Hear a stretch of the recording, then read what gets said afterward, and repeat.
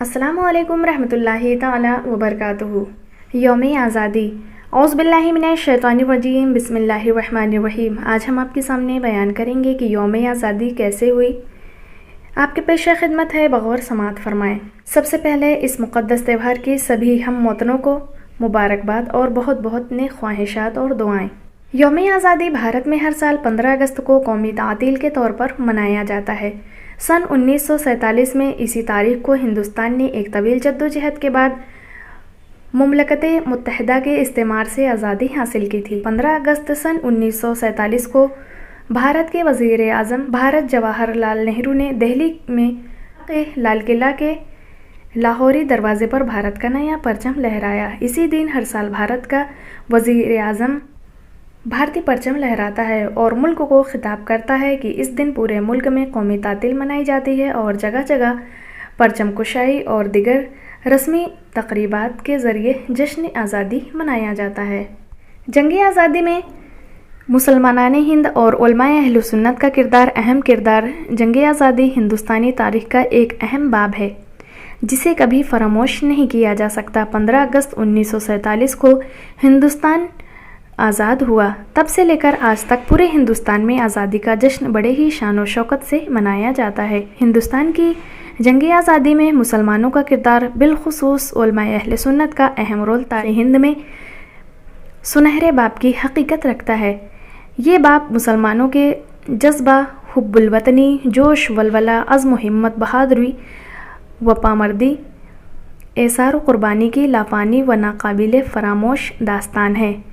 تقریباً ایک صدی تک چلنے والی تحریک آزادی میں مسلمانان ہند نے اپنے بے مثال اور لازوال کردار ادا کیا اور وطن عزیز کو غاصب انگریزوں کے پنجہ ظلم اور پشندگان ہند کی گردنوں کو طوق غلامی سے آزاد کروانے کے لیے اپنی جان و مال، عزت و آبرو کی وہ عظیم قربانیاں پیش کیں جن کو کبھی بھلایا نہیں جا سکتا۔ سرزمین ہند کو مسلمانوں نے اپنے خون سے سینچا ہے۔ مسلمانوں نے گلشن ہند کی اپنے لہو سے آبیاری کی ہے اور یہ لہو اتنا زیادہ ہے کہ اس زمین کے ذرے ذرے سے ہمارا لہو مہکتا ہے۔ ہماری محبت نے اس گلشن کی شان بڑھائی ہے۔ ہمارے اسلاف نے اس ملک کی آزادی کے لیے تحریکیں چلائی ہیں، قید و بند کی پریشانیوں کو برداشت کیا، اپنے ملک کی آزادی کے لیے تحت دار پر چڑھ کر بخوشی پھانسی کے فندے کو گلے سے لگایا، لاکھوں جانوں کا نذرانہ پیش کیا، تب کہیں جا کر اس ملک کو انگریزوں کی غلامی سے آزادی ملی اور یہ ملک آزاد ہوا۔ شہر میسور حضرت ٹیپو سلطان شہید رحمۃ اللہ علیہ نے جو قربانیاں پیش کی، 18ویں صدی کی تاریخ میں اس کی مثال نہیں آتی۔ ٹیپو سلطان انگریزوں کے لیے آخری قلعہ ثابت ہوئے۔ انگریزوں کا تسلط جب پورے ہندوستان پر ہو گیا، اس کے بعد انگریزوں نے جو ظلم و ستم کی داستان مسلمانوں کے خون سے لکھی وہ یقیناً بھلائی نہیں جا سکتی۔ ہندوستان کی آزادی کے لیے ملک کی ہر قوم جدوجہد میں لگی ہوئی تھی، مگر سوال یہ تھا کہ پہل کون کرے گا۔ جب ہندوستانی عوام اسی کشمکش میں تھی، اس وقت دہلی کی جامع مسجد سے ایک آواز انگریزوں کے خلاف جہاد کی بلند ہوئی۔ یہ آواز حضرت علامہ فضل حق خیر آبادی کی تھی۔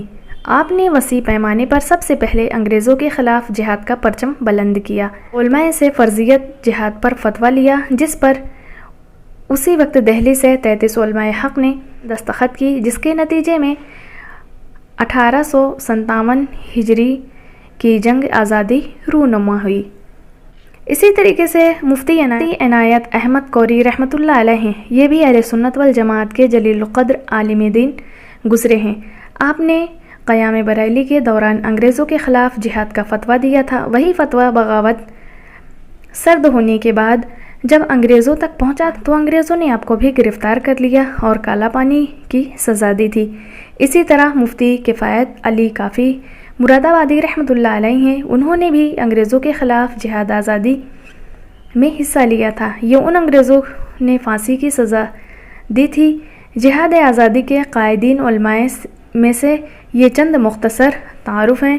نام تو بہت سارے ہیں جن کو کم وقت میں شمار نہیں کیا جا سکتا۔ بس ایک آخری نام سرکار اعلیٰ حضرت رحمۃ اللہ علیہ کی دادا حضرت مفتی رضا خان رحمۃ اللہ علیہ نے بھی جہاد آزادی میں بھرپور حصہ لیا۔ آپ بریلی شریف میں بیٹھ کر مجاہدین آزادی گھوڑے، ہتھیار، اوزار بھیجا کرتے تھے، ساتھ ہی کھانے پینے کا سامان بھی بھیجا کرتے تھے، اور یہ ساری چیزیں انگریزوں سے چھپا کر بھیجی جاتی تھیں، ورنہ انگریز ان پر غاصبانہ حملہ کر سکتے تھے۔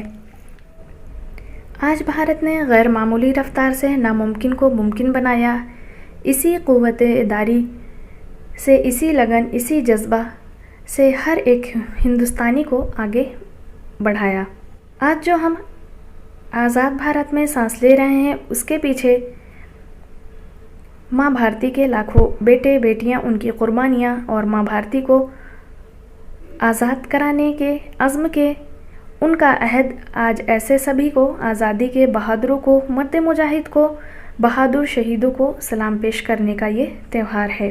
اس لیے ایک بار پھر آپ سبھی کو یوم آزادی کی بہت بہت مبارکباد، نیک خواہشات اور اچھی دعاؤں کے ساتھ۔ السلام علیکم ورحمۃ اللہ وبرکاتہ۔